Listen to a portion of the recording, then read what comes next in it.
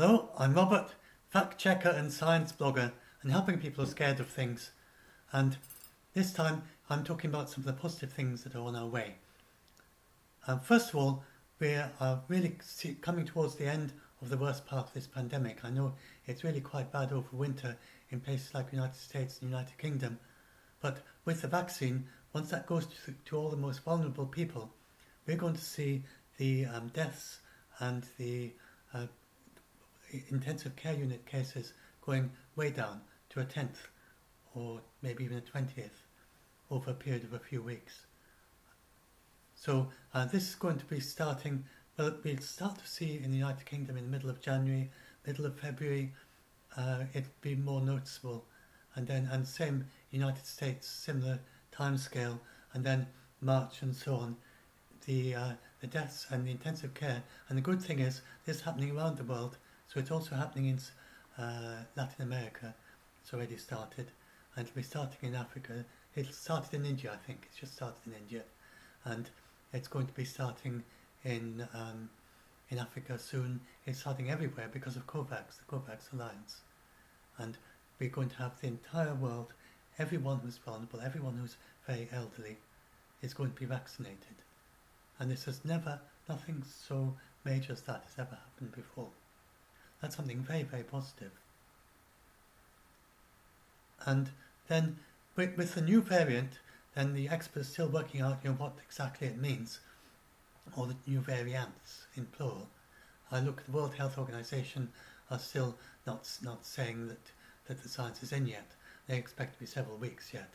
But what we do know for sure is you stop it in exactly the same way. So just keep doing the physical distancing and the hand hygiene and the mask wearing and spend a little bit of time learning how to do those things. There's so many people who wear a mask and they obviously haven't even spent 5 minutes looking at the official instructions, for instance, the World Health Organization or the US CDC on how to wear a mask, which they're always fiddling with the runt. And so many people haven't spent 5 minutes learning that much. So and then learn to automatically step back and everything. Anyway, if you've been following me, I'm sure you're all doing that already, or most of you are.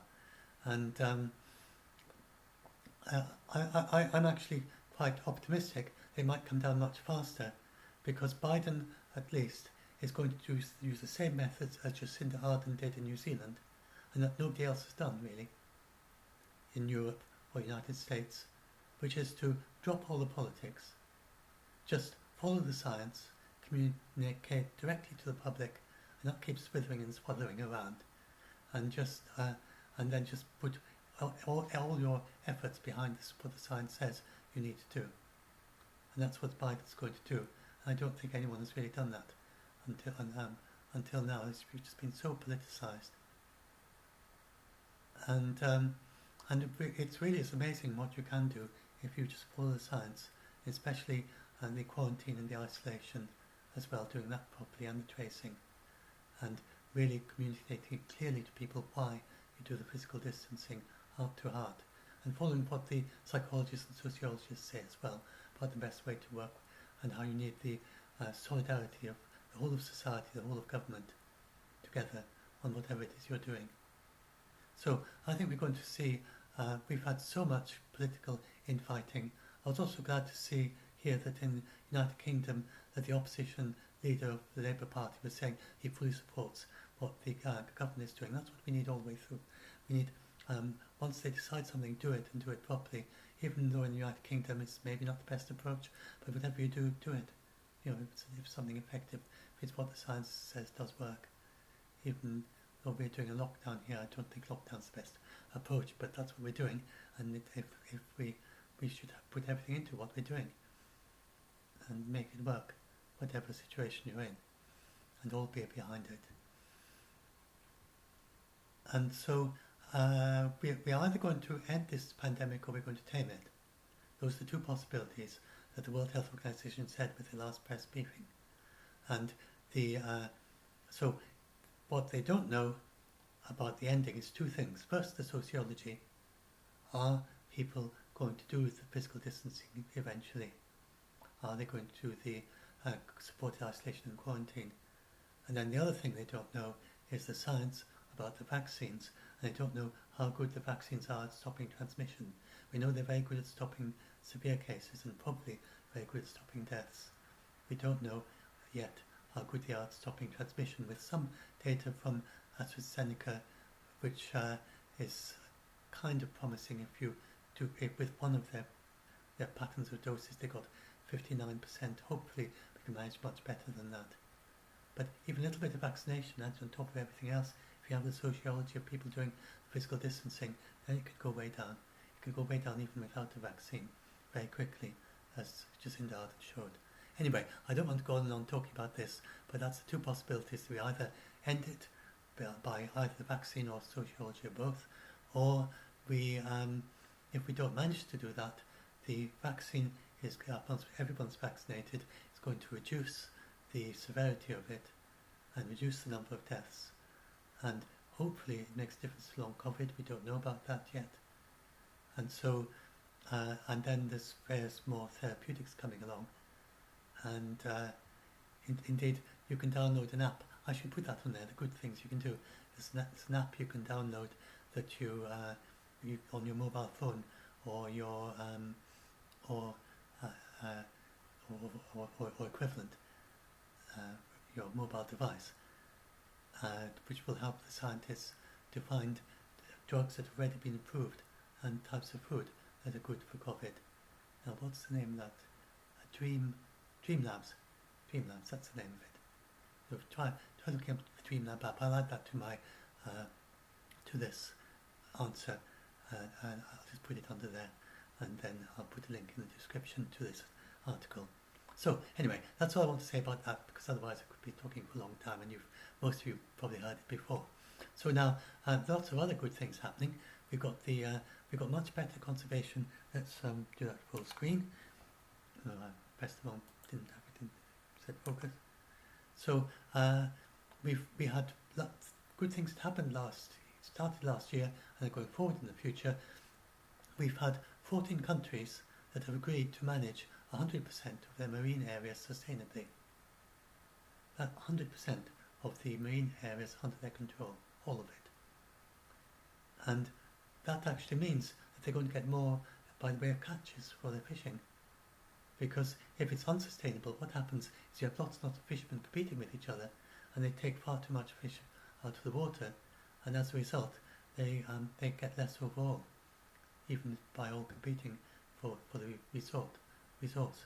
And so, that's and then they've got set aside 30% that's completely protected, where there won't be any fishing. And again, that might seem counterintuitive, but that actually also improves the fishing on the rest of the regions, because the fish have this safe place they can go, and they often would be spawning areas and things like that. And so it just makes sense, and it's really very strange. I think an extraterrestrial would find us as a very strange species, some of the things we do. I mean, why didn't we do that 50 years ago? But anyway, 14 countries have have agreed to do this, but it just makes sense. And they hope that other countries will join them. They didn't involve the United States or Europe, because or the EU, because they know from experience that once you involve those countries and some of the other ones, then they haven't involved India, for instance. Once they involve the big countries, then they find that often the negotiations stall and they take ages just to come to any decision. So they have made this agreement amongst the 14, and they're asking others to join them, and hopefully a few more will join them. So so that's another good thing that's happening. Then we've had the Leaders' Pledge to stop and reverse. So you see quite a large part of the ocean. I can't remember the percentage. You can see Australia and New Zealand. They just because there's ocean countries, and they've got an awful lot of sea around them, and you see quite large. Canada's got a huge amount of sea, very important areas in the Arctic.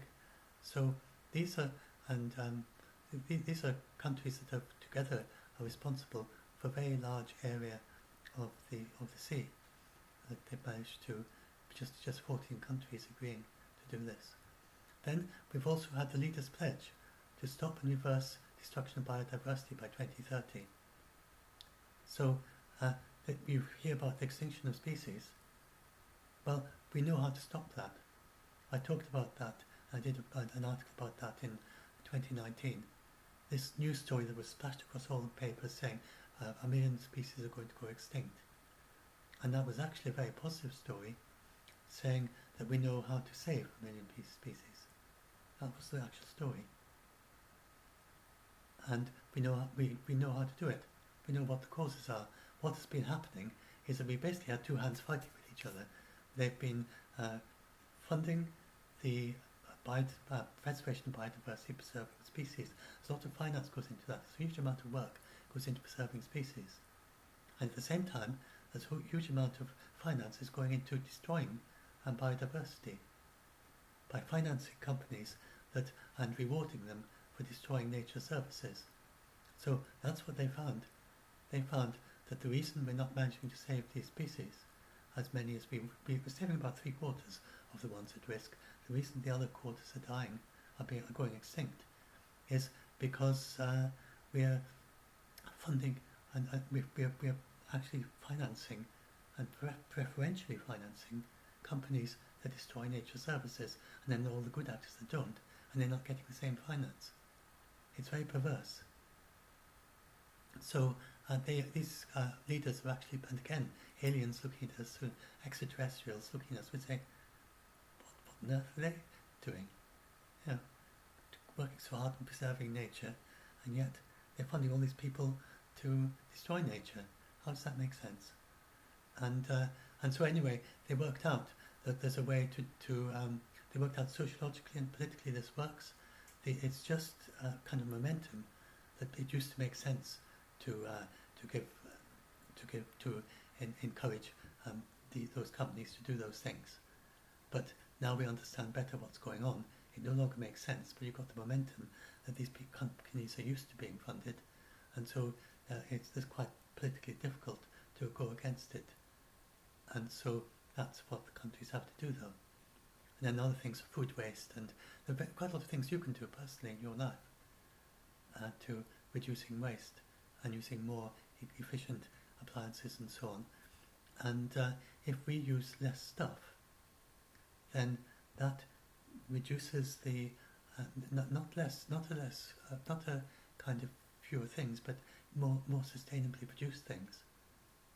If we make less use of nature, more sustainable use of nature, and more sustainable use of the world we're in, then we can have the same lifestyle that we have as before, but not in a way that damages nature. And that's the direction we can go. And so these leaders have pledged to put that into the, and especially into the COVID-19 recovery strategies, that these will be sustainable and commit to putting biodiversity, climate and environment as a whole at heart, both of our COVID-19 recovery strategies and investments, and of our pursuit of national and international development and cooperation. So they're all going to be working together. And there's going to be a big conference in the end of 2021, postponed from 2020, at the UN Biodiversity Conference. And this was a year before, and the leaders, when it would normally have happened, instead they just had the leaders with a big Zoom-type teleconference, and then they made this pledge. And so this is leading into that, coming in the future. So in 2021, this is very promising for that. So that's something coming in 2021, the proper pledges of many nations to support the recommendations of IPBES, which was the biggest, most thorough study ever of anything like this. It was involved a very large percentage of sociologists. So they worked out not just they would work scientifically, but that it would work sociologically and politically. And other things involved were making sure that local like the indigenous peoples and the local communities, that they need to be involved because they know their regions and they know how best to apply things. And you can easily make a mistake if you do it from the top and you just say, this is what you've got to do, and they've got to be involved in working it out, in how they apply the various methods of doing things sustainably. So there are many other recommendations from IPBES, and these are going to be implemented. There are many countries already saying they're going to do that. EU is definitely on board with it, and the UK as well. So that's a big positive thing next year, and then going through to 2030, and the IPBES was quite clear: if you do these things, we can stop the extinction of species, and we can stop the destruction of biodiversity. And then these leaders, they're going to do these things. So we can expect quite large areas of the world to stop and reverse the destruction of biodiversity by 2030. Looks pretty promising for that to happen. We know how to do it. We're absolutely clear how to do it. Science is very clear, and our science is getting very good. We do things. We really achieving, making so much progress in the science of understanding what's going on, and we just have to implement what the science says and continue doing the science carefully. And now, again, on the same kind of thing, we've got, it's the same thing, COP26, the climate change conference, has also been postponed to next year. So that's another thing to look forward to next year. We already have the statements of China and the United States, and those are if you add those to all the pledges we have already, we're down to 2.1C. Just a year ago it was about 3C, and before that it was 4C or more. We've dropped 2 degrees C, and we have got so much further to go to get close to 1.5C. And it was always the idea to increase the pledges every 5 years. It was never the idea that we would be able to commit to 1.5C in 2015. And so I'll come to it a little bit. One of the reasons why this is, and people go on and on about China. China actually, it's no surprise that they have all these coal-fired power stations, because they are very rapidly industrializing. They basically did the Industrial Revolution in China, from very little industry to very quickly to a very large amount of industry, and they brought pretty much the whole of China. So there's much that I could say that's negative about China, but there's certainly also things you can say that are very positive. And it's not just one entity, it's not like a being. China is 1.3 billion people. Amongst those people, there are lots of very good people doing lots of good things. And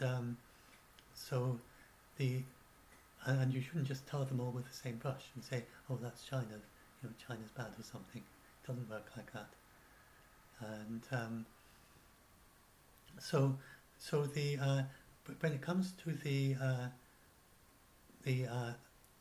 on climate change, then first of all, they very rapidly industrialized. As a result of that, they pretty much eliminated malnutrition and hunger in China. They got pretty much universal, very high level of health coverage compared to what they had before. Their life expectancy is going way up. There's really huge changes happening in China. And so when you're doing that, it's no surprise if you're rapidly industrializing, you need lots more power, lots more electricity, lots more people with cars because they're more affluent. All this sort of thing is going on as well. So it's no surprise that they have increasing in CO2 emissions as that happened, and they committed to peak by 2030. And to peak by 2030 was really quite a significant thing to commit to in 2015. It wasn't easy to do that. They had to build the biggest renewables industry in the world from almost nothing. So now they are, I'm pretty, I'm sure that China is going to keep to their new commitment, which is to go to zero emissions by 2060. They overachieved on their previous one, which was a really difficult thing for them to do, to peak before 2030. Back in 2015, and when solar panels cost 10 times the amount they cost today, that was not an easy thing to commit to. And they didn't know the prices were going to go way down like that, and part of the reason was because of China's own work, along with everyone else. So now, with prices way down on solar panels, so that's what I'm going to come to next. And so, but anyway, just to say that, so here we are, that's where we're headed for 2.1C. So these are current policies, but these are where we're headed to with the 2 points.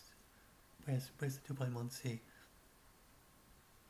Anyway, I think it's, yeah, there we are. Optimistic net zero targets. So that's if the countries keep to their net zero targets, and some will overachieve, some will underachieve. I expect China to overachieve based on its past history. And so it gets very much more in reach. We're going to manage 1.5c. So now it's another thing that's behind it. So the renewables are expected, this is just based on the technology we already have. So on the technology we already have, then this is the cost range for fossil fuels. And look at solar photovoltaic, it's set to halve in price again, and down by 55%, drop 55%. And it'll be well below the cost of fossil fuels. So by 2030, it'll be very difficult to justify building a new fossil fuel power station because the price of electricity will be greatly reduced. So you can expect the electricity to halve in price. You're way beyond below the price range for fossil fuels. And then once it's way down there, the fossil fuel power stations will just have to start closing down. Because with fossil fuels, unlike renewables, then you have to keep on, most of the cost is in the fuel, not in the station. So they're constantly losing money if they're having to sell their electricity at less than the price they need in order to buy the fuel. And so that should happen in probably about maybe 2030 or so. We'll be getting that way. But it could even be before that. It could even start to happen in the mid-2020s. So we have this perovskite, which is, I talked about that before. I'm not going to go into it in great detail, but you can pull up that link and find out. And it's dropping down again. It could drop again and halve again by 20. That's how much it's reduced from those US dollars per. So it's getting on for 40 cents. It's going down to about 4 cents in a decade. Cost per whatever that unit is, USD per kilowatt hour, and it's likely to halve again, maybe as soon as 2022. Certainly by 2030, but it may halve as soon as 2022 with this, because it went down tenfold in that period of time. So if it continues, there's nothing possible. It drops significantly rapidly, maybe even tenfold by 2030. You'd have to use radically new ways of making the solar panels to keep going down. But perovskite is a radically new change because the panels are basically flexible and very easy to carry around, roll up and carry around from one place to another, and very efficient. And but as we increase the efficiency, and they become easy to carry around, and you just roll out some solar panels in your garden or something, and you immediately have the solar panels feeding your house electricity. We could be headed for a future like that in the not so distant future. So we can't count on that yet, but it's not impossible. It's looking very promising. We've already got the a test commercial plant of these perovskite solar panels. Some people have been very worried about Brexit, and they've been saying, I'm so scared of what's going to happen in Brexit. So just a word. So now that is all over. We've finished Brexit. We have the deal in place. It hasn't made any noticeable difference to the prices in shops, and basically it's falling out of the news already. There isn't much about Brexit today that I noticed. And when I was a child, we weren't in the EU, and it's not going to be that much difference. You'll be able to. You'll need visas to go into the EU. There'll be differences, but we've been outside the EU before, and there've been the advantages of being outside as well as disadvantages. So if you've been all worried about that, basically it's happened. Nothing much has happened as a result, and it isn't something to be scared of. And we'll just have to see where it goes. And I've got lots of positive things you can go look at on. That's a bit out of place in this page. I don't know why that's near to Brexit, next to Brexit. Anyway, never mind. And so now, related again, we've got these electric. Let's see if I can start this. You can see it playing as I talk. But oh dear, I've got a problem connecting to the internet for some reason. And I'll just pause a minute. Okay, I connected back again, and this is just to show you this seaplane, which is the first commercial. So this is actually the actual commercial. We've had test flights before of electric planes. This is an electric plane, the first commercial electric plane test flight. It's only 8 minutes, so it'll be over quite quickly. But it's got the range of 30 minutes, and so with an extra 30 minutes of excess for emergencies, so a full hour that you can manage on the batteries in this small plane. And so this is going to be commercially probably starting next year or so. It's quite soon. They're actually developing. I'm not sure what all the timetable is, but in the very near future, by mid-20s, it's going to be commonplace to fly around short distance hops in a plane like this. It costs less for the fuel. The electricity costs less than giving them the normal fuel. Uses less. It uses less power in a plane with electric power for some reason, and so we can expect to have lots and lots of short-haul flights, 30-minute type flights everywhere around the United States, in the United Kingdom eventually. They're going to be starting in places like Scandinavia and in Canada, where lots of remote communities that have small planes that fly back and forth between them. So they're a natural fit for this new technology. But as the batteries increase in their capability, then we have longer and longer flights and larger planes. And so this is going to be happening in the 2020s. And this, of course, is great news for the climate, because it's much easier to do renewable electricity, though you can do renewable aviation in other ways as well. So there are other ways, the ways of generating the fuel as well, that make it possible. So that's a somewhat larger, not that much larger plane, but very efficient electric plane. It's a prototype. And it's only 2% of total emissions. So don't feel if you do fly that your flying is actually a significant part of global emissions. And even though it may be an important part of your own personal CO2 contribution, that actually doing things like home insulation and your better appliances, and reducing your household waste and all sorts of things like that, that if we all did that, it would have a much bigger impact actually than if we were to even stop all flying, because so much of the percentages involved in that. But that's great news that even though it's only 2% of total emissions, still as we get down to close to zero emissions, it's going to make a big difference to be able to have zero emission aviation, and we're gradually getting there. And so that the other ways, but if we're very lucky, we may be able to get very high intensity, whatever you call batteries. Batteries are all the very high charge, high enough to even have electrically powered jets, extraordinary though it seems. But that depends on certain kind of technology that has quite a few steps before we can get to that. It's quite difficult. So it's not guaranteed we'll have that by the 2030s, and certainly not next year. But we can alternatively have very sustainable ways of making the aviation fuel. For instance, from using ground cover in winter, ground cover crops that are very good for making aviation fuel, and various other things. Makes sense to use that for aviation fuel rather than cars, when you can have cars being totally electric. Anyway, we'll see what happens there.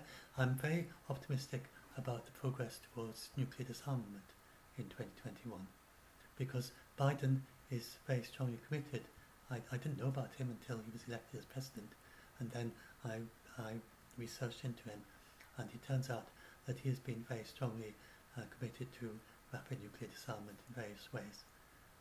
He's certainly going to be doing things to work towards nuclear disarmament as much as is in his power as a president, to reducing nukes. He's not going to suddenly declare that the United States nuclear free. I don't mean anything like that, but the bilateral agreements with Russia, and then working with other countries to try and work towards reducing nuclear disarmament.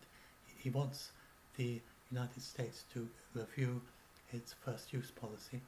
The United States is the only major power that has not said that it will only use nuclear weapons if attacked. and so the that's it doesn't mean that they would use them, but they haven't actually declared that they won't. They keep a kind of deliberate ambiguity there, and Biden's asking that to be reviewed again. He doesn't think that's the best way, but this has been reviewed several times. It hasn't been changed, but it's a token. It's a symbolic thing anyway. He's going to try and get that reviewed again, and we'll see what happens with that. And but he's going to return to the New START with Russia straight away, and he wants to work with Iran to return to the Iran deal and then try to strengthen it from within rather than scrap it. And he's well, several other things he's going to be doing. I'm forgetting the list of them. Bring it up in a minute. But yeah, let's just bring this up. I've talked about this before, but I'll just talk about it very quickly. He's going to hopefully he'll rejoin the Open Skies Treaty. He's talked against Trump leaving that. That gives an extra freedom of security for other countries, and also helps the NATO allies who want to oversee Russia. And he's in favour of the Comprehensive Test Ban Treaty, which was to stop all tests below the ground. He spoke very strongly in favour of that around the year 2000. And he's so whether he'd achieve this, he needs 2 or 3. The United States doesn't need to do any more nuclear tests. They haven't done any since the 1990s. But for some reason, they're not very keen to sign this agreement for all countries to stop doing tests below the ground. It's a little bit paradoxical, but he wants that to go ahead. And then there's the review of the Non-Proliferation Treaty. So this is other developments. Non-Proliferation Treaty being made stronger. This is other countries, not the United States. And then we have the treaty to ban all nuclear weapons. And this is going to come into place. So I'll quickly bring that up. It's right towards the end somewhere. Then these countries, nations in green here, they have all by now signed the treaty to ban all nuclear weapons worldwide. So it now comes into force.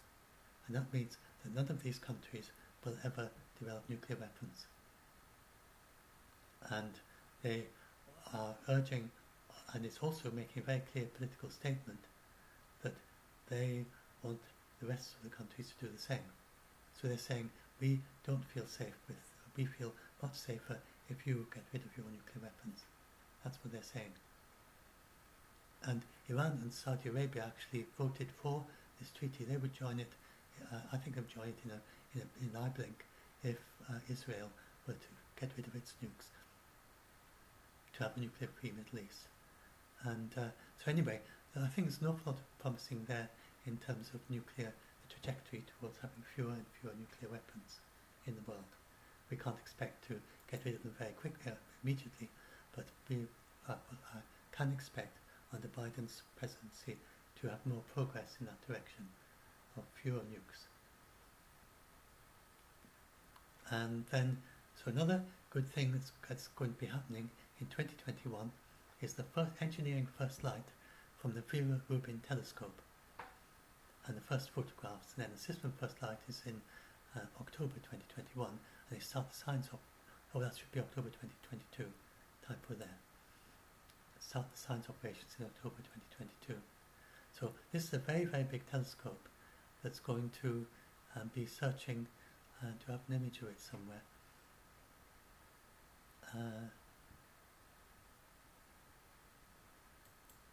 There'll be images on their website.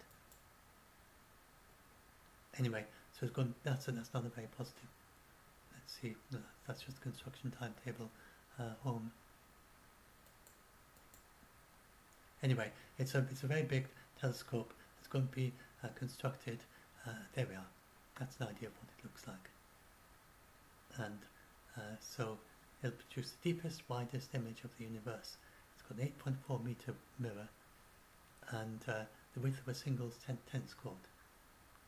The width of a tennis court. So that's quite big. And so each image is going to be the size of 40 full moons across. Is it? Oh, area. It's going to survey the entire night sky in a couple of days or so, 2 to 3 days. Very, very 20 terabytes of data every night. It's going to be, but the main, so the main thing about it is that it's going to be able to spot very faint asteroids very far away. And the further away you can see them, the quicker you can map all of them. They can see them 4 times further away than our other sky mapping telescopes. Of course, I mean, the Hubble Space Telescope and some other telescopes, they focus on a small area. They can see much, much further than this. But this is designed to be a big telescope that is actually optimized to catch a big patch of the sky in one go. And go click, click, click, click, like that all across the sky. And it does several images one after another, so each time it'll see if something's moving. And it very quickly will pick up any asteroids that are a long, long way far away, and then it's in the southern hemisphere, and it's the first big telescope like this with the other really capable ones. The most capable ones, like Pan-STARRS, are in Hawaii, which is in the northern hemisphere, and you can see a fair way into the southern hemisphere. This is going to be in the southern hemisphere and see a fair way to the northern hemisphere, but it's mainly it's going to really help with that gap in the southern hemisphere, about the South Pole. So that in that way we'll have full coverage of very, very high resolution, very great depth for asteroids. So this is going to hugely improve and in the first 3 days, in the first 3 nights, they'll probably discover many asteroids already, many new asteroids already, because they're just looking at such very distant, such very faint asteroids long, long before they could come anywhere near us. So this is going to help with the aim to, the aim eventually is to spot all the ones, even the very small ones, long, long before they can come anywhere near us. Just map them all out, all the ones that come close to Earth. And so this will speed us up towards that aim. I would think by the middle of the century, by 2050 anyway, and the question is really whether we do it in the 2040s or 2030s, but we'll get to the point where we can really predict almost even really small ones long before they come anywhere near Earth, of the asteroids. But we already know all the really big ones. The ones about 10 kilometres, we knew those quite a while back, but there are 4 comets and 4 asteroids of that size. And then above 1 kilometre we knew nearly all of them, and we're well on track with that part of the survey. And that's the smallest size that can even have some minor global effects of throwing up enough dust in the atmosphere to cool the Earth down just very slightly for a few weeks. So we found nearly all of those as well, and it's really, if there's only one of those, it has a small risk by 2880, so 400 years from now, 2880, and only one of those, all the rest were found not to come anywhere near Earth ever, for a long time into the future. And then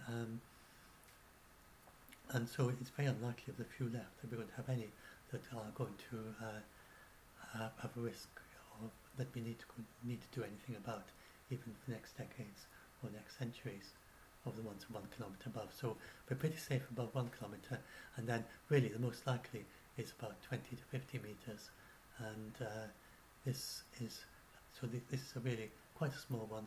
I've talked about this before. I don't want to go on and on about this, sorry, but basically things are looking very good for asteroids. That most people know we're much safer from an asteroid than you are from lightning or even from being killed by a hailstone. I don't want to go on and on about that. You've probably seen my other videos. Anyway, but this is great. And then ESA is going to construct, NASA's also going to construct 2 more of the Atlas telescopes, and these give the very early warning of an asteroid if there's a small one that is headed our way and that could hit us. It's optimized to look for ones that could hit us and to spot them between 3 days and 2 weeks in advance. So with that time scale, there wouldn't be enough time to deflect them, but there's plenty of time to say to people, look, there's an asteroid. So very few people die of asteroids. In in the 21st, in the 20th century, there were 3 reindeers in Siberia died of an asteroid, and a herd of reindeer. There were 14 people in Mexico. The various others that around the world, occasional cases.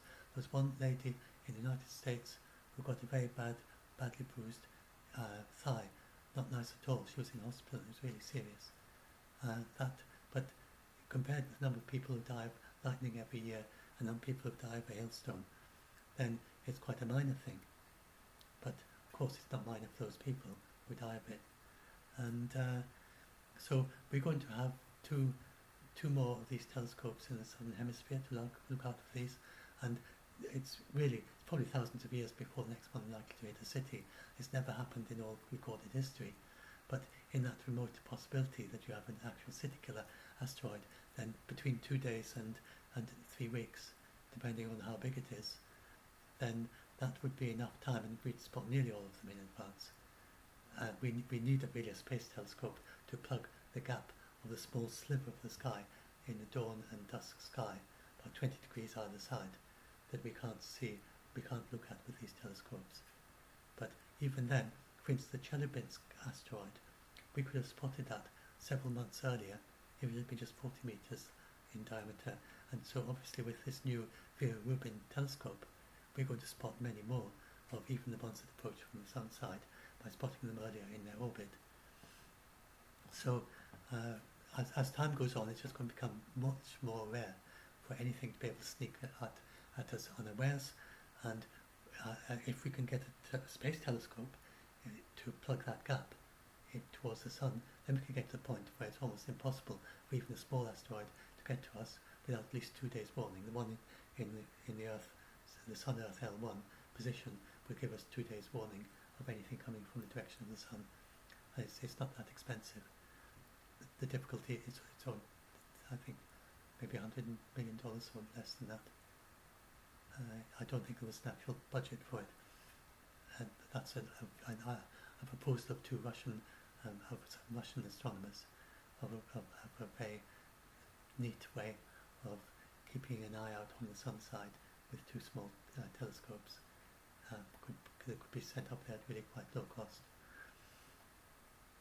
So anyway, and then ESA is going to, but things that are actually definitely going to happen. We've got the NASA 2 Atlas telescopes. ESA is going to have its first fly-eye telescope in Sicily, and this is designed like the eyes of a fly, and it mimics a larger telescope in a smaller telescope by the way it works. And they plan to have a network all around the world. The first one will be installed by 2022, so next 2021, 2022.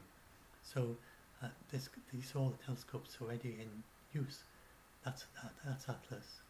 Arecibo sadly is no longer in use, but we do have another radar telescope, and that one is the one that was damaged in a storm and made unrepairable. But these 3 are still working, and there's another radio telescope that's still working. And so anyway, many other good things happening. So these videos you can look at, and then the year in cheer and the decade in cheer, lots of good things happening, and then all my positive things that some of you will know about. So if you're feeling a little, and then then this is the last. I'll talk about this and then I'll stop. So with the COVID recession, I talked about that. So I was just going to talk about chocolate. So some people worry about chocolate, and that the problem with chocolate, I'll do a separate video about that, but the problem with chocolate is the cacao trees, then they are, which are needed for chocolate, then they have not had the green revolution that rice has had. And that's true of many of the especially grown in Africa, although it's native to South America, it's commonly grown in Africa nowadays. A lot of the crop is from Africa, and it just hasn't been optimized like rice is. It's quite difficult because it grows for, I think it's 30 years to maturity or something, 20, 30 years. It's I shouldn't say these things just from my memory, because my memory sometimes gets them wrong. But anyway, it's much longer than rice, and it's a little bit harder to optimize, but it's mainly because people just haven't put the research into it.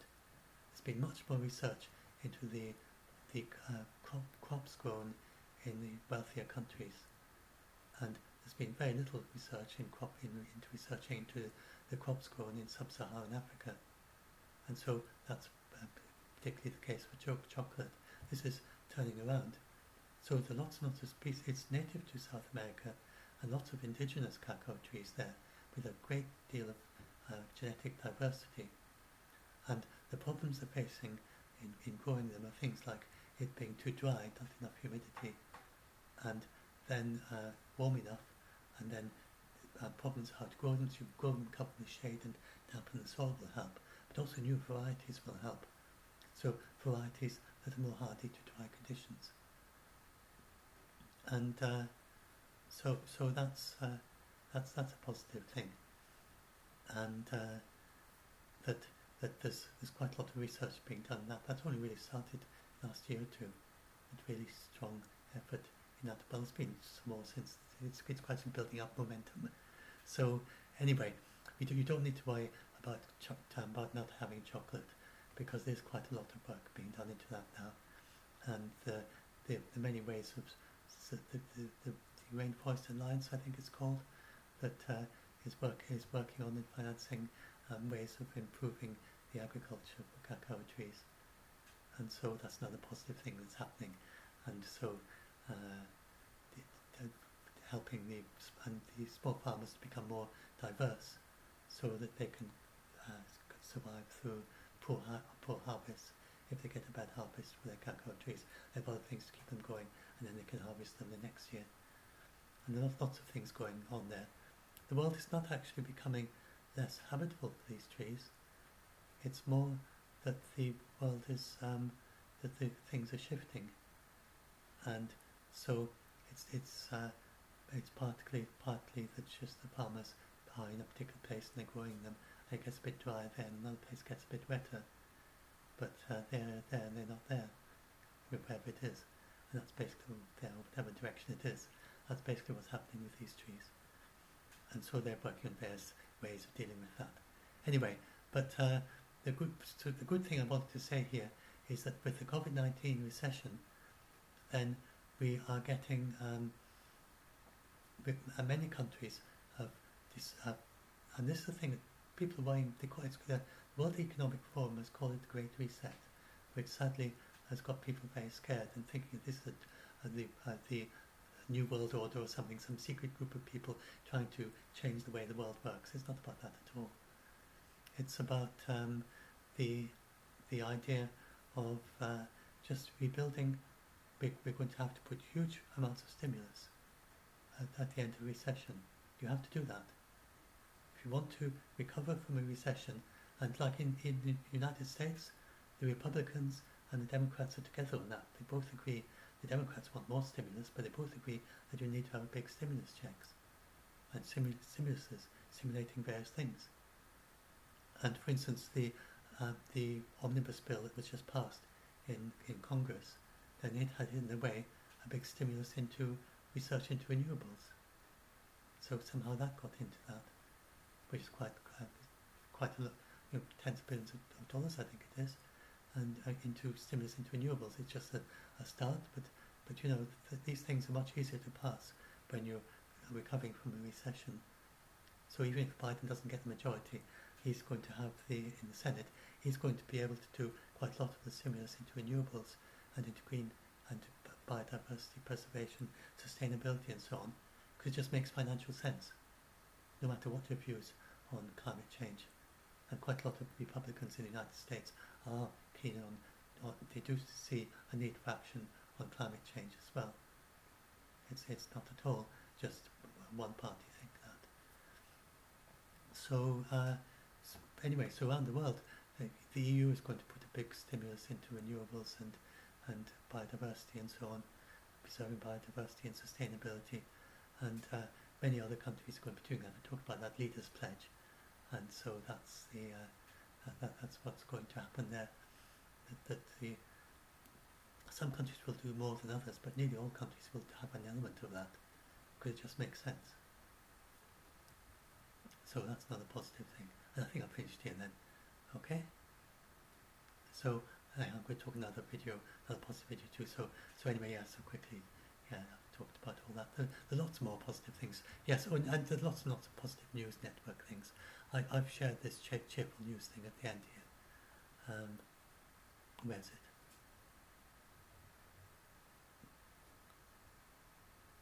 The year in cheer and the decade in cheer. Go and have a click on those as well. And lots of good positive things going on, and there are quite other good positive network things. Lots of positive things happening in the world, and the thing is that you sort of have to go out and look for it, because the journalists tend to focus on the gloomy and the depressing and the things that are going bad, and they don't tend to focus quite so much on things that are going so well, which is really rather a lot of things. So we've had a really rotten year in 2020 in some ways, but also lots of positive things happening, and as we go into 2021, then these positive things are going to keep going. And really, I mean, there's so much. I've never seen anything like this, the way the entire world, in all my life, since then, and I'm now 65, and in all my life I've never seen anything like the way the world is working together to solve problems. And like this global vaccination, like I said, global vaccination worldwide in all the countries, 100% of the world vaccinated. All the elderly people can be expected to be, everyone over 70, probably whatever, will likely be vaccinated by the end of the spring in the entire world. And what a remarkable thing. Well, for COVID, I mean, just extraordinary the way we've come together. I think just pause and think about that, and the very rapid development of these vaccines in such a short period of time, that they turned out to be so effective, and that so many people are going to be protected by that. And this global attitude to health that we now have, it's having so many other benefits. For instance, the oxygen, the funding for the oxygen for COVID-19. Then many countries in sub-Saharan Africa, some of you may have heard me say this already, so many countries in sub-Saharan Africa were having to import oxygen bottle by bottle, and children were dying because they just couldn't afford to import enough oxygen for children with pneumonia, who were dying of a very preventable disease, preventable condition due to lack of oxygen. Thousands and thousands of children worldwide dying, and they now have these oxygen plants, where they got, as a result of the World Health Organization looking out for funding to help with COVID-19, they need oxygen to treat the COVID-19 patients, and instead of shipping them lots and lots of cylinders, the World Health Organization shipped them plants to make oxygen, so they can now make their own oxygen, and that's going to really reinforce them all the way forward into the future. So from now on, these children who've been dying of pneumonia are not going to die of pneumonia anymore, because they've got the medical oxygen that they could never have before. And again, I think next to terrestrial looking at our planet, if they had little nano sensors sort of looking at our planet and trying to understand us, I'd say, oh well, these people, this civilization, these people they've got very, very primitive technology.